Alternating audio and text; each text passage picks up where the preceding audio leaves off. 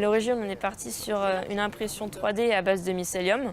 Le mycélium, c'est la fibre naturelle du champignon qui pousse sur des déchets organiques. On a découvert que ce projet existait déjà, donc on a gardé l'idée du mycélium, on a continué nos recherches et on a découvert qu'il existait une brique faite à base de mycélium. L'objectif qu'on a essayé de mettre en commun, c'est de pouvoir proposer un bâtiment qui, dans sa construction, est plus économe et aussi est moins polluant. L'intérieur de la maison, qui est utilisé actuellement en parpaing, on propose une autre solution, ce serait d'utiliser le mycélium, donc qui est un champignon qui se développe en utilisant les déchets agricoles, qui permet en fait d'être plus isolant, d'être inflammable et de pouvoir faire la structure intérieure du bâtiment. Pour la structure porteuse, on voudrait utiliser du béton d'argile qui peut lui-même aussi utiliser des gravats de construction, d'utiliser du sable non marin.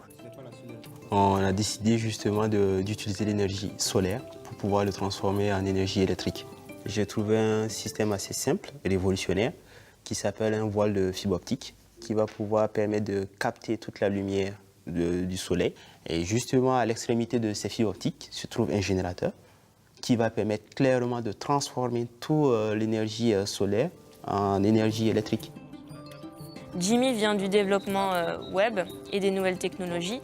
Adam vient de l'environnement et du bâtiment. Et moi, je viens de la microbiologie et de l'agroalimentaire. On a tous des idées qui sont chacun dans nos domaines de compétences, qu'on peut mettre en réflexion les uns avec les autres pour trouver des idées communes.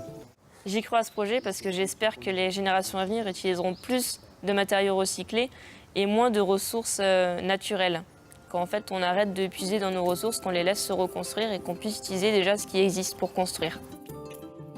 Vive la Team Ki! Au revoir.